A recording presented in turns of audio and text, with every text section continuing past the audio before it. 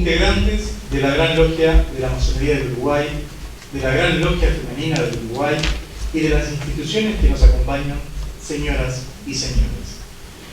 La Gran Logia de la Masonería del Uruguay y la Gran Logia Femenina del Uruguay les dan la bienvenida al acto de celebración para celebrar el respeto y la convivencia de todas las opiniones y creencias, que eso es, en definitiva, la laicidad.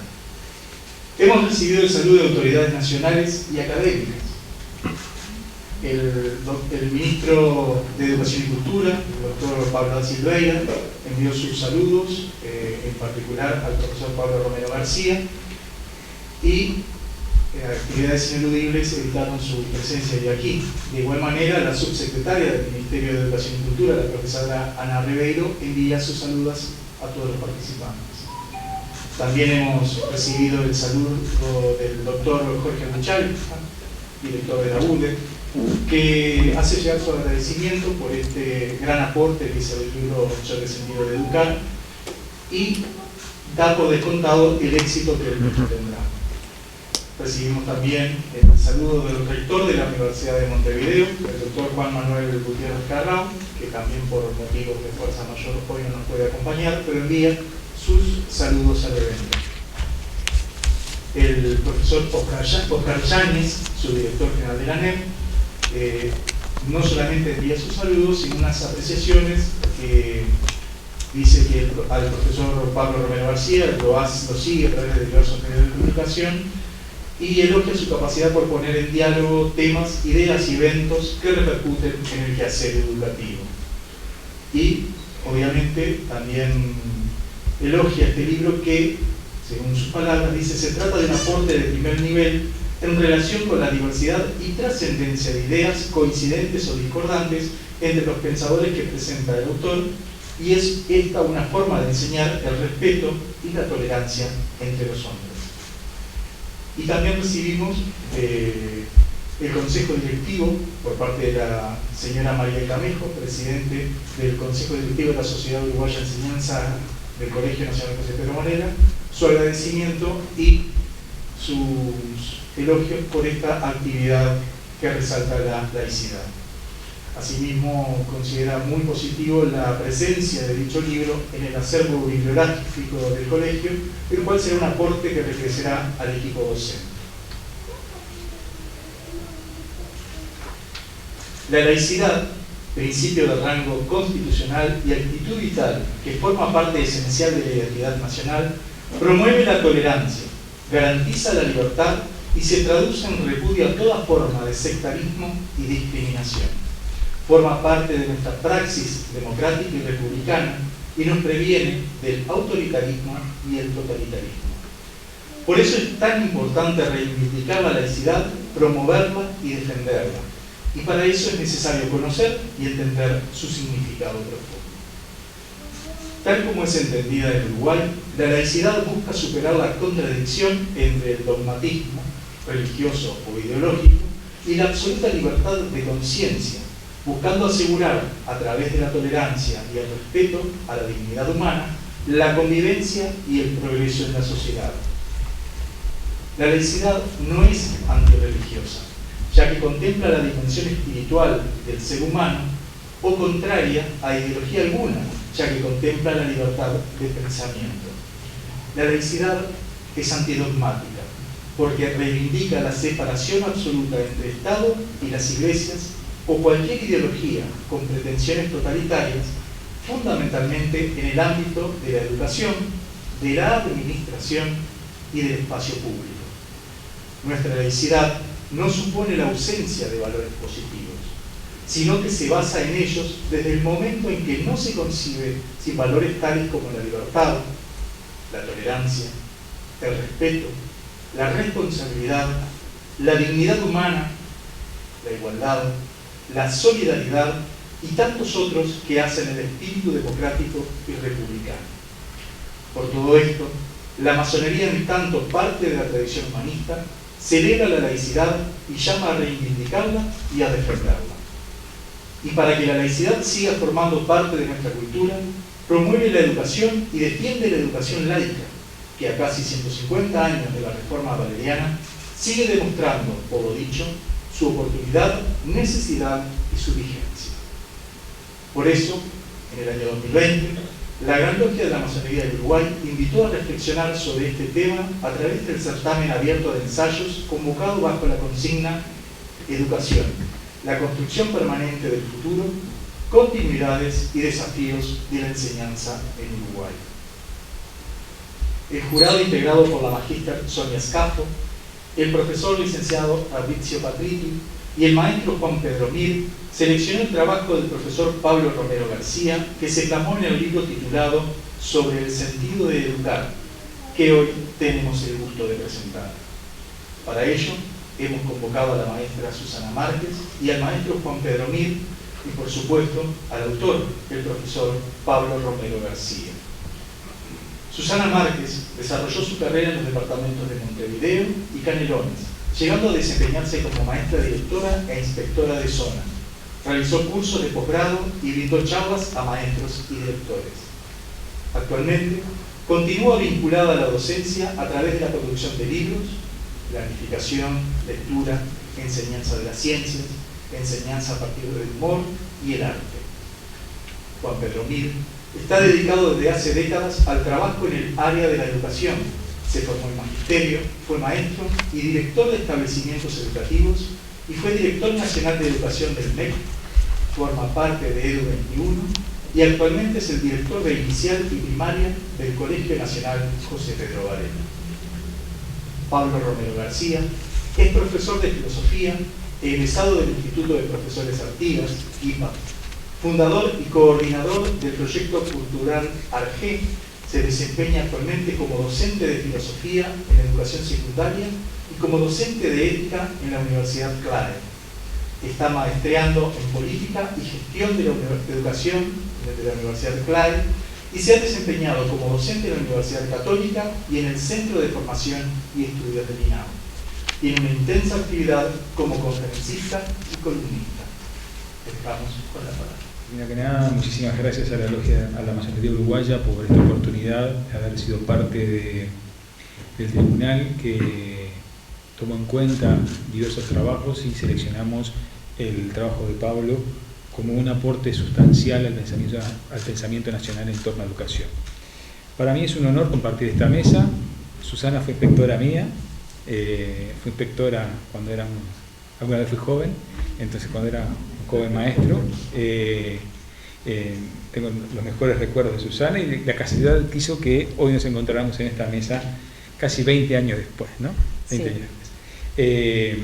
Y creo que el aporte que está haciendo Pablo desde sus distintos espacios de investigación y reflexión es un capital para la República muy interesante. Si ustedes me permiten, en 10 minutos, no más, quisiera hacer comentarios a partir de un tema que me despertó la lectura profunda, el estudio del libro de Pablo, que por supuesto, como no puede ser de otra manera en el día de hoy, es sobre la laicidad. Entonces, lo primero que queríamos compartir era esta pregunta: ¿vale la pena hablar de laicidad hoy? Porque está en debate en nuestra sociedad. ¿Es lo mismo hablar de laicidad que de tolerancia? ¿Es lo mismo? ¿Vale la pena que una sociedad como la nuestra tome este tema, festeje el Día de la Laicidad? ¿Es lo mismo la laicidad que el sano debate de ideas, que el encuentro, que la tolerancia? Y en principio nosotros animamos a decirnos que no es lo mismo. Y creemos que en sí, en nuestra cultura, en nuestra república, por distintas vertientes, hablar de laicidad tiene un sentido en sí mismo. Nosotros nos animamos a compartir, a partir de la lectura del libro de Pablo, 3 elementos que queremos compartir con ustedes. 3 enfoques sobre la laicidad. Tenemos la suerte de ser educadores, tenemos la suerte de ser maestros. ¿Qué significa hoy enseñar desde la laicidad? ¿Qué significa enseñar en la laicidad? ¿Por qué? Y nosotros ubicamos este concepto, este elemento de la laicidad desde 3 conceptos que queremos compartir. Uno, la laicidad como concepto. El segundo, la laicidad como un espacio de construcción. Quienes abrazamos la educación sabemos que si hay algo central en el aspecto educativo es el espacio de educar. Ese lugar que José Pedro Varela entendió que era nada más nada menos que la escuela como un espacio aparte del espacio social donde se encontrara la sociedad lo común para formar a los nuevos niños. Y el tercer elemento, la laicidad como metodología. Hay métodos, y en esto nos vamos a remitir fundamentalmente al aporte de nuestra querida maestra Reina Reyes. Entonces, el primer elemento, ¿por qué la laicidad es un concepto? ¿Cuál es el concepto que vale la pena respetar o vale la pena profundizar en la sociedad de hoy? Una sociedad, estimados amigos, estimadas amigas, donde parece que todo vale lo mismo, donde no hay verdad, donde hay un terraplanismo campante y sonante, donde parecería que las jerarquías asociadas al conocimiento se van diluyendo y atrás de posmodernidad, hipermodernidad y todos los prefijos que quieran ponerle al concepto de modernidad, se va diluyendo ese espacio en función de que todo vale lo mismo. Y la laicidad entendemos como un concepto que es heredado de nuestro país. Por supuesto que es heredado de un pensamiento vareliano, de un pensamiento de fuerte corte positivista que después, como describe Pablo en su libro, se va adosando a otros pensamientos de las pedagogías críticas, de los momentos críticos, de la hermenéutica, pero plantea la laicidad como un espacio como un concepto que habilita a que el espacio privado se transforme, se ocupe el espacio público. ¿Y qué queremos decir con esto? Aquella vieja noción que fue tan importante en nuestros padres fundadores de desarrollar la laicidad como un espacio neutral, hoy se ve tensado. Y hoy sabemos que esa neutralidad del concepto, esa neutralidad de los espacios, cualquiera sean de ellos, son complejos de existir. No hay una neutralidad posible al hablar, por ejemplo, de derechos humanos, no hay una neutralidad posible al hablar, por ejemplo, del derecho a la educación, no hay una neutralidad posible al hablar de la democracia, de la ciudadanía. Y más que una neutralidad, el desafío de la laicidad es abonar por el concepto de lo común, como plantea Hannah Arendt. ¿Nosotros podemos desarrollar como una microsociedad en este mundo vertiginoso un espacio común? ¿Tenemos algo en común? Un uruguayo de Tranqueras, de Cabo Polonio, de Santa Bernardina, del barrio Palermo, ¿tenemos elementos que nos unen? ¿Puede nuestro país, puede nuestra sociedad, disculpen la expresión quizá poco académica, resignar, darse un balazo en su propio pie para decir no tenemos elementos en común? ¿Puede una sociedad pequeña al lado de dos gigantes como tenemos en un contexto tan complejo resignar lo que nos une? Y ese es el elemento donde la laicidad está presente. La construcción de lo común que no es neutral y que está atravesado, por supuesto, por el paradigma de los derechos humanos y la democracia y la tolerancia. Pero a su vez ese concepto de laicidad del espacio común no necesariamente neutral, siempre en una tensión permanente. Administrarnos hoy es administrarnos en la tensión, en el conflicto.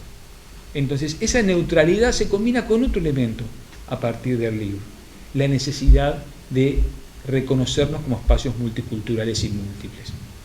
La laicidad del siglo XXI la imaginamos como una laicidad que reconoce la multiculturalidad, que la abona, que no le teme, que no la tapa, que sí en un marco, por supuesto, de la tradición humanista, de la tradición republicana, establece igualdades que nos permiten sentirnos fraternalmente uno hermano de otro, pero establece que ese respeto, ese país de distintas voces, de distintos orígenes, tiene su lugar.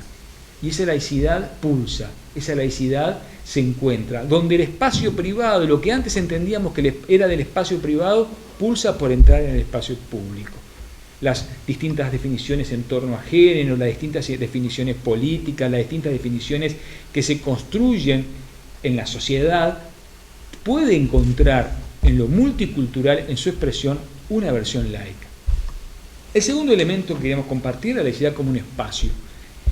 Quienes educamos tenemos claro que la experiencia del sujeto es la clave.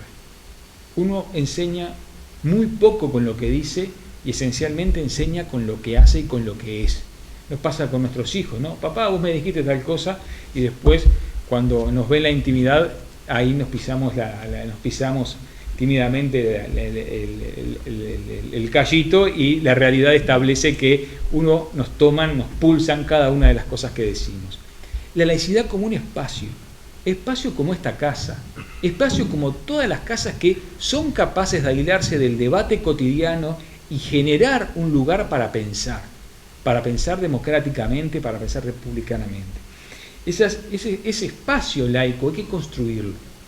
Y creo que, volviendo a lo que planteamos al principio, lejos de resignarlo, tenemos que construirlo. ¿Desde dónde? Desde cada familia, reconociendo que hay distintas orientaciones y visiones, desde cada institución, desde cada escuela. El espacio laico es una definición que nos parece fundamental. Y para terminar, y tomando la herencia de nuestra querida maestra Reina Reyes, la laicidad también como una metodología. Hay una forma de hacer laicidad, una forma que habilita el debate público, que habilita lo que hablábamos hoy al principio, el antidogmatismo. No hay ideas prohibidas. El punto es que las ideas tienen que demostrar cómo llegan a determinadas conclusiones. Y esa es la gran riqueza del pensamiento laico. Yo puedo pensar lo que quiera y ponerlo a circulación pública. El desafío laico es que yo pueda racionalmente explicitar cómo llegué a determinada conclusión. No hay censura, no hay debate, no hay inhibición previa. Incluso en nuestra tradición nacional ese debate es hasta cuidado por un Estado que se resigna y se inhibe de favorecer determinadas creencias o determinadas posturas. Pero como una metodología, como una experiencia vital. No se enseña laicidad meramente con declaraciones. Se enseña con la actitud, se enseña con los silencios, se enseña con el amor profundo al otro, incluso promoviendo que el otro piense distinto que yo. Se enseña cuando soy capaz, sí, de decir lo que pienso, por supuesto, dependiendo del espacio donde yo esté trabajando. No es lo mismo trabajar, explicitar, o el contacto que un tierno infante tiene con su maestro que con un profesor universitario, donde se dan distintas estancias, y ya lo planteaba Reina en el año 71, no es lo mismo el vínculo, pero eso no significa inhibir la voz del sujeto que dice lo que piensa. Esa metodología tiene que promover la crítica, tiene que promover el desvelamiento de las verdades eternas, tiene que promover el desarrollo del pensamiento científico no como un dogma que sustituye a otro dogma, sino el desafío del pensamiento científico como un pensamiento público que es capaz de ir sobre sus pasos y demostrar públicamente y racionalmente a las conclusiones que llega. ¿Para qué? Para ser criticado y volverse a crecer. Este es un poco lo que nos surge a partir del pensamiento de Pablo, un hombre que se nutre de distintas corrientes teóricas, que hace un aporte desde la educación, desde la práctica, de su práctica como profesor, donde logra incluir reflexión, práctica y teoría. Felicitamos, es una gran noticia para el Uruguay este libro, felicitamos a Pablo y felicitamos a la masonería por promover este tipo de actividades. Muchas gracias. Bueno, hoy 19 de marzo, una fecha muy especial, porque es el Día de la Laicidad, pero como educadora no puedo dejar de mencionar el natalicio de José Pedro Varela y la presentación del libro sobre el sentido de educar. ¿Qué une estos tres acontecimientos? ¿Cuál es el hilo que los relaciona? Como bien expresó Pedro, el laicismo, el concepto de laicidad, un concepto de cultura y un concepto de educación. ¿Qué implica todo esto? Necesariamente conocer qué es la educación, cómo debemos entenderla, qué pasa con los niños en las escuelas, con los educandos en los liceos. Bien, la educación es, en tanto una actividad humana, es un proceso social construido a lo largo del tiempo, ideológicamente determinado y éticamente conducido. Concebida como acción liberadora dentro del marco de la teoría social crítica, supone proporcionar al individuo, al educando, las herramientas necesarias para que pueda transformarse a sí mismo y transformándose, transformar a los demás y a la realidad en que le toca vivir. Ubica al hombre en la búsqueda de sí mismo y de los otros, de su saber y del saber de los otros, de su propia cultura y de la cultura de los demás. Como dije, significa proporcionar herramientas para que el individuo logre eso. Pero ¿cuáles son esas herramientas? ¿Y quién se las proporciona? No son herramientas visibles, son herramientas que apelan a las formas de pensar. Es decir, la práctica educativa debe estar organizada de tal forma que favorezca los modos de pensar, favorezca el desarrollo del pensamiento.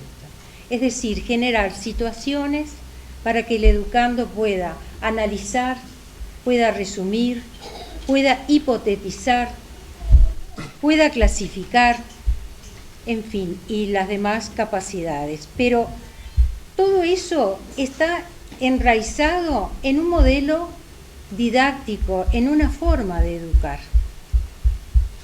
Nosotros tenemos como educadores la historia del modelo y de la teoría positivista, donde todos los contenidos estaban alineados en una misma dirección, donde la historia se daba en una secuencia de fechas, donde la ciencia se transmitía a través de sus productos y no de sus procesos.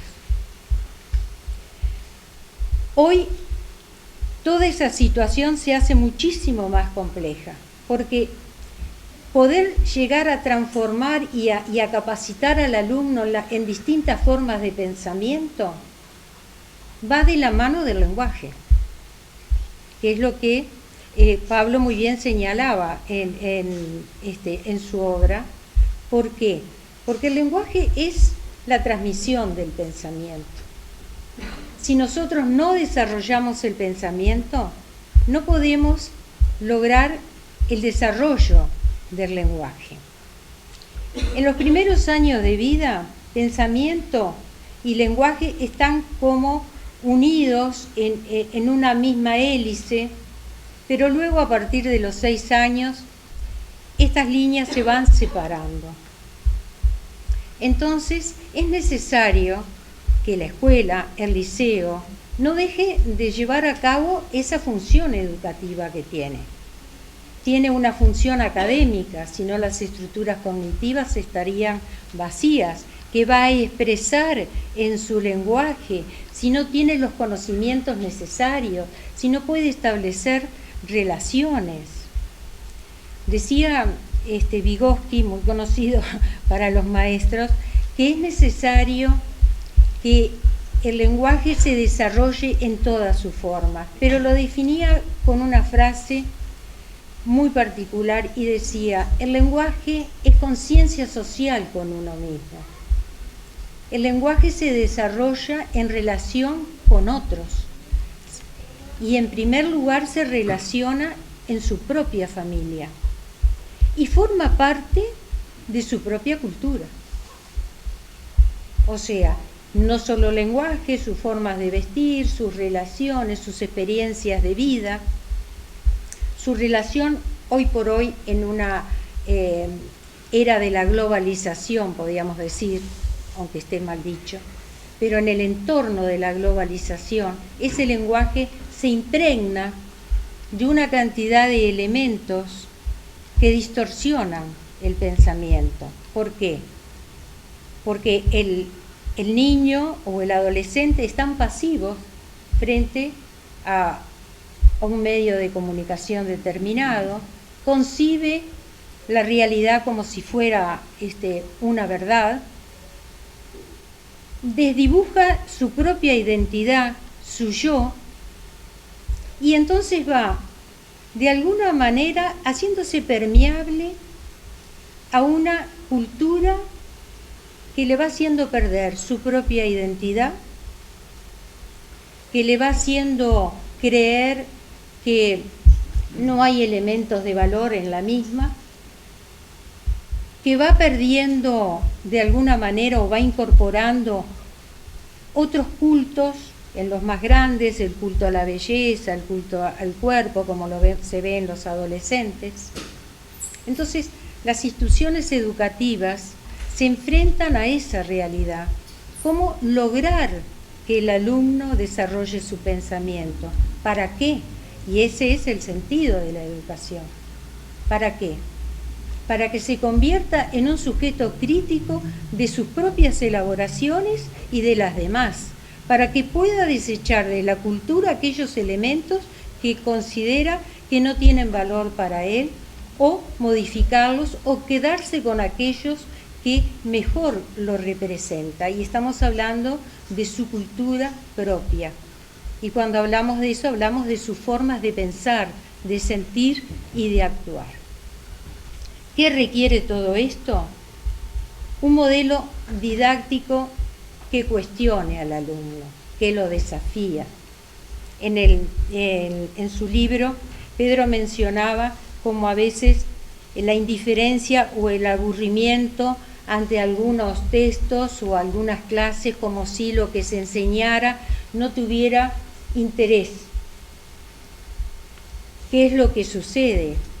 No en su caso, pero sucede en la mayor parte de todas las situaciones. Hay una falta de desafío, de interés, de saber por qué están aprendiendo algo. En este sentido, de lo que va a aprender, obviamente son los contenidos curriculares, pero no importa, en definitiva, cuál es el contenido que se acerca al alumno. Obviamente que parten de la cultura académica, son saberes socialmente aceptados, pero más allá de los contenidos que en sí mismos tienen su importancia, es cómo llegan al alumno. Pongo para ejemplificar y lograr una mejor comprensión. En tiempos pasados, cuando por ejemplo se enseñaba geografía, el maestro daba la clase, los alumnos escuchaban, después documentaban en su cuaderno, después si tenían que dar la lección repetía, pero las formas del pensamiento no estaban. No había nada que lo hiciera reflexionar, nada que lo desafiara.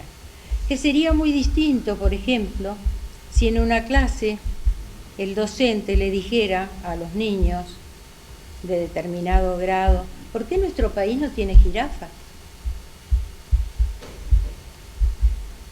Una propuesta aparentemente muy sencilla y muy simple. Sin embargo, la respuesta involucra una cantidad de conocimientos y las relaciones entre los mismos, porque habría que comenzar a pensar en qué zona climática está nuestro país, cuál es la ubicación en América, cuál es su clima, cómo le afectan las corrientes marinas, para entender que todo eso va a determinar un tipo de vegetación y una fauna que se relaciona con el tipo de vegetación. ¿Esto que supone? Supone un modelo globalizador que integra los contenidos, que los relaciona y que para elaborar la respuesta el alumno tiene, a través de su pensamiento, que comparar, que analizar, que relacionar. Ese es el modelo que debería en este momento ser mucho más general de lo que es. ¿Por qué? Porque si uno mira el cuaderno de un niño, uno va a encontrar muchas veces las asignaturas por cuadernos separados, mucho lenguaje, mucha matemática, y luego viene una disminución de las asignaturas, menos física, menos química, menos astronomía. Todo eso forma parte del programa de las escuelas para educación inicial y común y para las escuelas urbanas. Muchas veces es desconocido en el caso de los docentes. ¿Por qué digo todo esto? No por hacer una crítica al docente, que siempre estamos quebrando lanzas por él, porque se enfrenta siempre a una cantidad de niños que provienen de distintos hogares, con cantidad de conflictos. Digo esto porque la educación es una responsabilidad de todos.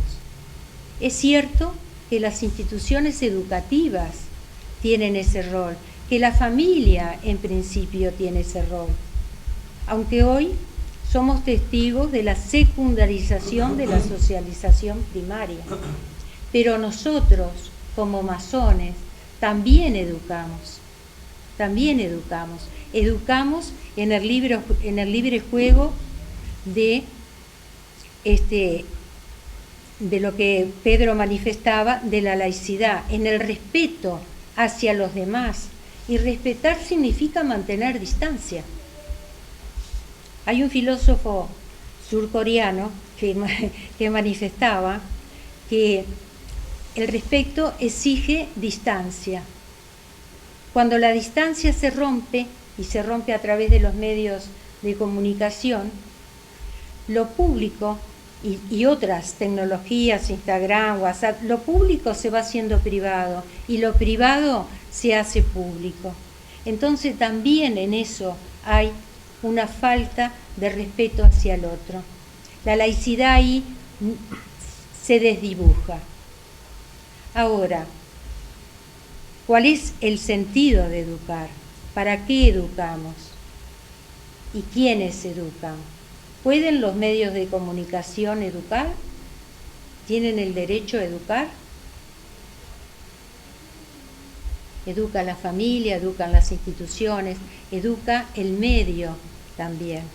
O sea, cada educando llega a una institución con una serie de teorías que fue formando desde su nacimiento, con una cultura que le es propia, y llega a la escuela, y la escuela hoy, algunos autores así la determinan como ubicada en la encrucijada de distintas culturas. Y es cierto, hay una cultura académica, hay una cultura institucional, hay una cultura social.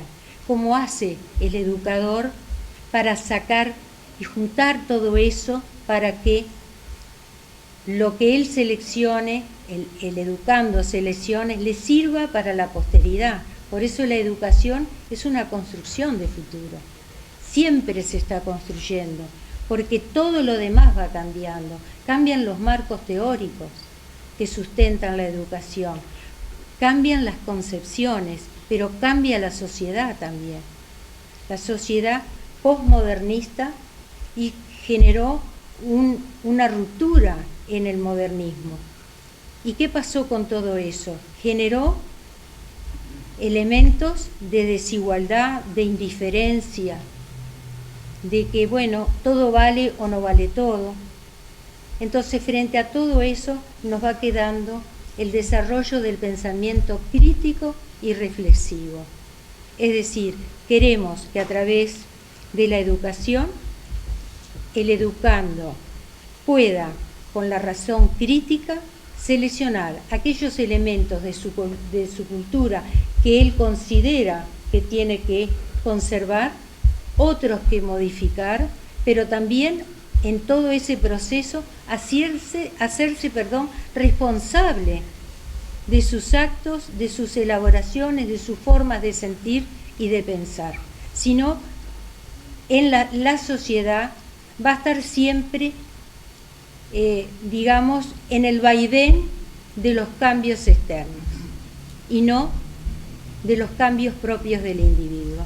La masonería, en este sentido, y yo pensaba, son 3 fechas: la presentación del libro, el Día de la Laicidad, el Día de Varela, y estaría genial que fuera el Día de la Masonería. ¿Por qué? Porque en todo esto, en el concepto de educación, el de laicidad, en el sentido de educar, la mejor, enseñanza que nos puede dar la masonería son justamente esas. ¿Qué educación? Cómo pensar, cómo reflexionar, cómo respetar al otro, cómo transformarnos, porque de eso se trata la educación, de lograr transformarse. Bien. Muchas gracias.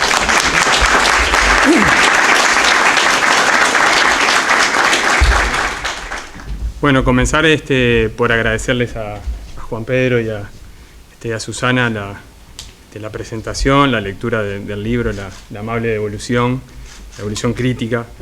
Es fundamental y les agradezco el gesto y la oportunidad.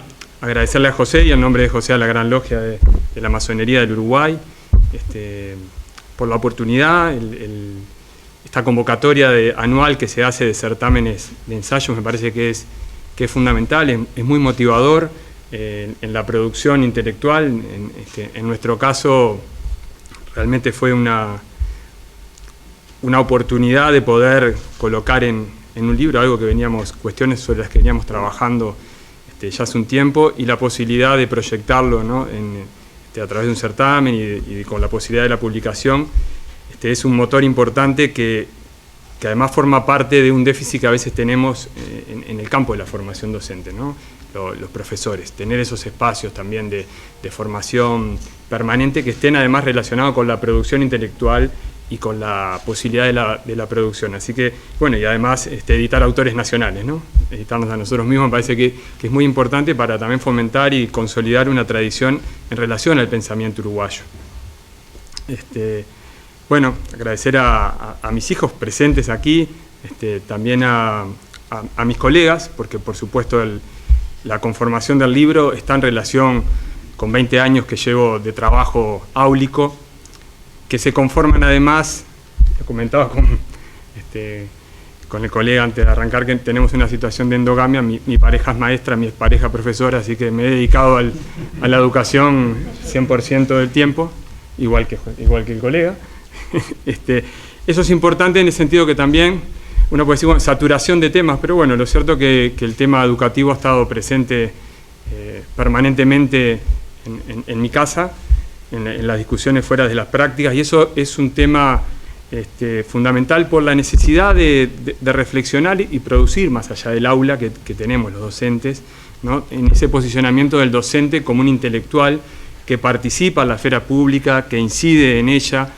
Es algo que de repente quizás en nuestro país, sobre todo cuando uno rastrea un poco la historia de la conformación intelectual del Uruguay, los docentes estaban mucho más presentes en el debate público, era algo asiduo y natural y normal, y lo cierto es que en estos momentos también sucede de algún lugar con la clase política, hay una cierta lejanía con la formación intelectual o la formación, la participación en el escenario público desde un grosor intelectual que de alguna manera marque la cancha de las discusiones. Ese es un déficit que nosotros tenemos en la formación docente. Yo un poco en el libro abordo esta situación también, es uno de los ítems que se trabaja, y se trabaja incluso desde la construcción de la historia de la educación en Uruguay, donde hay un tajo, a mi entender, fuertemente marcado entre el campo de la investigación y el campo de la didactización, de la enseñanza, que arranca de un viejo debate entre Carlos Vaz Ferreira y Antonio Grompone, cuando se masifica,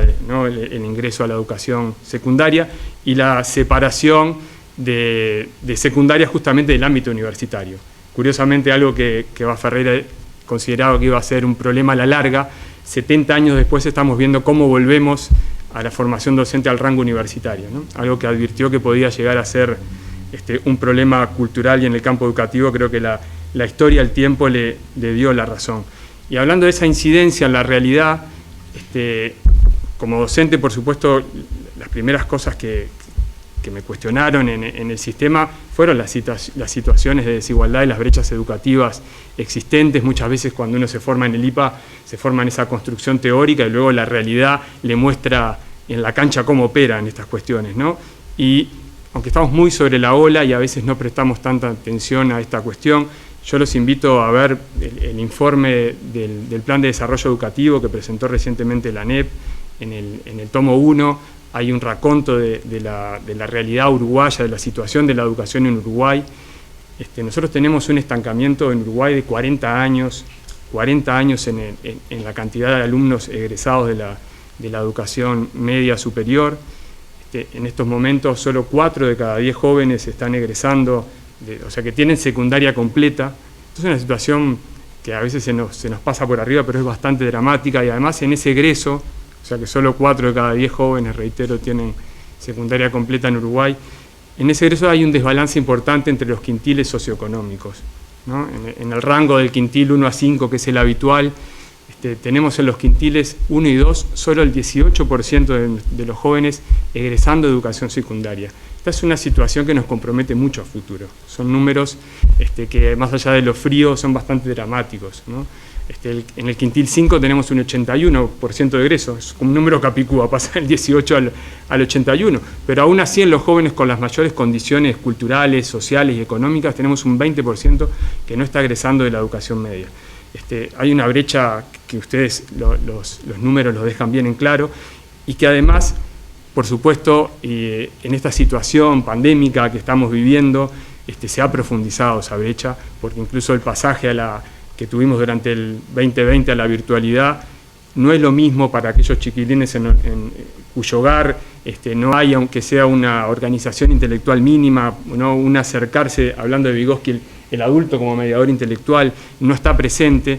Evidentemente, cuando nosotros rápidamente nos fuimos al espacio virtual a seguir trabajando en ese campo educativo, los primeros quintiles que desaparecieron fueron los más bajos de ese espacio, ¿no? Lo mismo sucedió con la no obligatoriedad. O sea, evidentemente hay un tajo que se va a ir acentuando en el correr de estos años por esta situación también, y ese es el principal, a mi entender, desafío que tenemos. En el libro trabajo sobre estas cuestiones, con algunas propuestas también, pero una visión desde el aula que tiene que ver con trabajar justamente la desigualdad y la exclusión, en un marco, que es el primer punto del libro, en donde el vínculo entre cultura y educación, ¿no? El acceso a la cultura como un derecho, a la cultura en su sentido además más sutil y complejo, es un derecho de todos. Bueno, yo creo y considero que nosotros también estamos en una situación en donde nos afecta un déficit de capital cultural que venimos arrastrando hace años, que es por supuesto global, pero que nos preocupa particularmente a veces en nuestras sociedades empobrecidas en relación al resto del mundo, donde los quintiles, como les señalaba, más bajos tienen estos números, y tenemos un problema importante. La colega traía a colación el tema del pensamiento y el lenguaje. Bueno, ciertamente tenemos chiquilines con un registro lingüístico muy bajo, muy disminuido. Y esto también es un problema que afecta notoriamente la capacidad argumentativa, las posibilidades de debate y de construcción de calidad de la democracia. Justamente hay un autor, Bernstein, que aparece también en el libro que se coloca en escena, que habla, ¿no?, de las diferencias sociales entre aquellos que tienen la posibilidad de un código lingüístico elaborado y que les permite, ¿no?, moverse en diferentes ámbitos sociales, económicos, y aquellos que tienen una capacidad restringida de ese lenguaje, ¿no? Yo trabajo el asunto también desde una cuestión que tiene que ver con la utilización y el empleo de las nuevas tecnologías, que son fabulosas, que por supuesto nos permiten el acceso a un mundo de la información como nunca en la historia de la humanidad hemos tenido, pero también creo yo que como nunca también se necesita esa mediación del intelectual.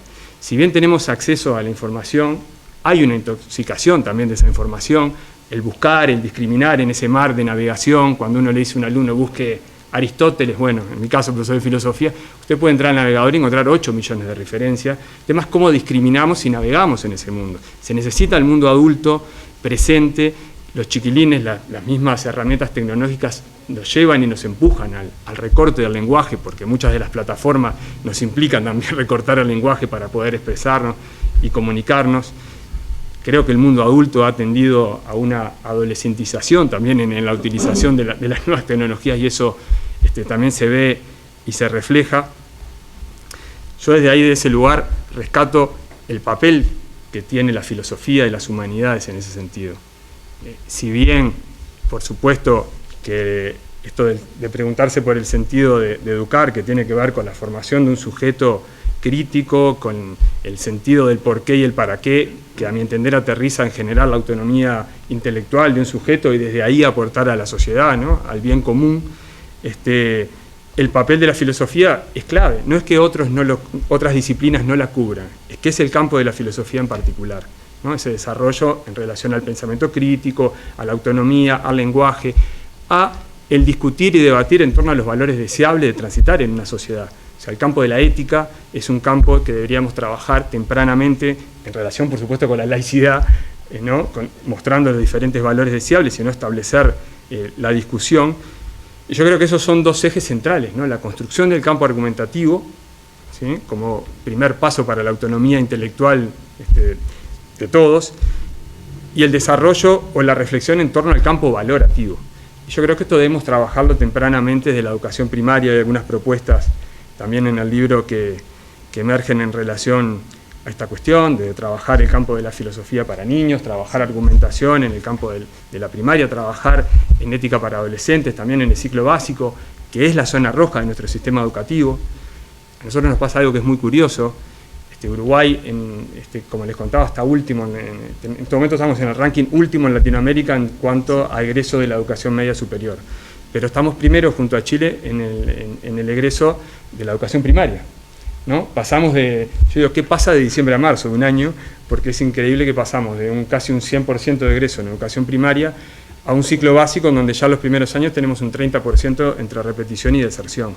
O sea, hay un problema también de comunicación, de tránsito entre los sistemas educativos que debemos atender fuertemente. Sí. Y yo creo que tiene algo, después podemos dialogar, que era parte de lo que creo que sería interesante hacer, porque creo que hay un problema también en ese tránsito educativo. Y también sucede, yo trabajo como docente universitario, tenemos esta cuestión de el docente universitario le echa la culpa al docente de secundaria y el de secundaria de primaria. Pero si no entramos en esa cadena de decir, ustedes no nos lo mandan tan bien preparado. ¿Y el de primaria ¿A quién le mandan? Familia. A la familia, exacto, porque es el primer lugar de enseñanza y de educación. Entonces estamos siempre en ese pasar. Pero lo cierto que también les puedo decir, como docente durante 5 o 6 años de teoría de la argumentación en la Universidad Católica, que estudiantes universitarios les cuesta encontrar el núcleo argumentativo de textos fáciles. Sí. O sea, esa es la realidad, señores. Tenemos un problema enorme frente a ahí. O sea, esos son los principales desafíos que nosotros tenemos, que son culturales, que son con el vínculo de la educación, que implican, hablando de esto de las familias, trabajar, a mi entender, en los territorios fuertemente, porque por supuesto que los docentes y el sistema educativo no lo puede todo. A veces hay una visión de no, ustedes son los encargados de la educación, y por supuesto que esto se construye en los territorios, se construye en las familias, y hay que trabajar fuertemente además en esos lugares donde muchos de nuestros chiquilines no tienen el apoyo debido, donde no hay una organización mínima del trabajo intelectual. Bourdieu, ¿no?, que también lo colocabas en escena. Sí. Hay una entrevista que dice algo sencillo, pero que para mí es clave. Dice, cuando una madre o padre le lee un cuento a su hijo antes de ir a dormirse, está fomentando la imaginación, está fomentando el registro lingüístico diverso y está marcando la diferenciación social, ¿no?, en un gesto tan pequeño como ese. Bueno, en muchos de nuestros hogares esto no está presente. No está presente ni siquiera el adulto que lo ordena para decir, es hora de dejar el celular y de 5 a 6 hay que hacer los deberes, hay que organizarte de este modo, de este otro. Tenemos muchos de nuestros chicos al desamparo en esa construcción del trabajo intelectual, de la organización mínima del trabajo escolar. Y yo diría en todos los niveles económicos, porque los niños también viven las agendas de los padres. Entonces, que van a natación, que vienen, que no hay espacio saturación, para la muchas imaginación, para el juego, para la creatividad. Y los papás, que a veces llegan cansados a su hogar, son más permisivos en relación a los juegos, a la play, la conexión del chupete electrónico, ¿no?, que muchas veces es un recurso, pero que está generando, le decía hoy, un poco la falta de mediación del adulto, ¿no?, intelectual, porque bueno, por supuesto que cubrir la brecha del acceso a la tecnología es un primer paso en la utilización de la tecnología, pero después es que se hace con esa herramienta, ¿no? O sea, por lo menos en el campo educativo, nosotros debemos apuntar a la pata formativa y pedagógica, y en eso yo creo que también estamos en el debe, ¿no? No es cuestión de colocarle la máquina en la mano al estudiante, sino poder trabajar en relación a la construcción de la mayor sutileza cultural y educativa posible. Eso me parece que es un elemento clave y es uno de los desafíos principales que tenemos. En uno de los textos yo justamente aterrizo en esta cuestión, ¿no? ¿Cuál es el rol del intelectual en el siglo XXI? ¿Cuál es el papel de la filosofía en la era digital? Las discusiones, muchas de nuestras discusiones actuales están transitando en el campo de la democracia, que se construye también hoy en día en el espacio de las redes sociales. Y creo que todos hemos visto el modo en que estamos discutiendo en las redes sociales, ¿no? Donde además es fácilmente eliminar o bloquear al otro, donde no esta famosa palabrita de la grieta aparece fácilmente. Volviendo a uno de nuestros clásicos, a Carlos Baferreira, sí, en una obra que para mí es además de un clásico, debería ser de lectura imprescindible, que es La lógica viva. Él habla justamente de los problemas que nosotros tenemos en las discusiones, en los debates, los esquemas mentales que tenemos para discutir, pero además nuestra tendencia a las falsas oposiciones, ¿no? O sea, pensar en blanco y negro y no ver los matices. Y creo que cada vez, cuando nosotros aterrizamos en los debates políticos, vemos el modo en que estamos discutiendo en las redes, cada vez estamos profundizando en esa lógica, ¿no? De anteponer opuestos a cosas que a veces son complementarias. Y esto tiene un déficit enorme en la construcción de república, ¿no? O sea, en la construcción de democracia. O sea que ese es el desafío. El libro atraviesa, está dividido en 5 cuestiones que tienen que ver con esto: cultura y educación, formación docente, desigualdad y exclusión, nuevos tiempos y nuevas oportunidades, donde yo poco aterrizo en lo que yo creo y entiendo que en este nuevo periodo del gobierno de la educación se debería buscar o se debería hacer, ¿no? Creo que Uruguay también tiene una tendencia a la evaluación permanente, ¿no? Tenemos un déficit, cambiamos de programa cada 10 años, Plan 76, 86, 96, 2006. Tenemos suficiente evaluación, debemos acordar y encontrar consensos, que es lo que nos está costando desde hace muchos años, y adelantar en relación a algunas políticas educativas que creo y podemos visualizar que deben ir por ahí. Y luego en el último punto, que es cuál es el papel de las filosofías, de la filosofía y de las humanidades. Así que bueno, espero que sea una lectura que genere interés y sobre todo que genere diálogo, que genere debate, que creo que es lo que necesitamos, pensar y dialogar y formar esta cuestión que nos interpela a todos, ¿no? Que es la res pública, ¿no? O sea, la cosa pública, el republicanismo. Y de esta palabra les quiero pedir solo un minuto para recordar a un amigo que, bueno, lamentablemente dejó de estar entre nosotros hace poquitos días, que es Pablo Ney Ferreira, que es un politólogo, un colega, que bueno, trabajaba estos temas, además republicanismo, democracia, así que les pido también que el aplauso final sea para él. Sí. Gracias.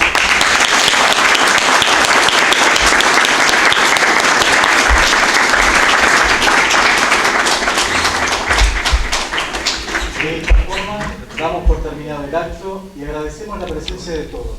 Buenas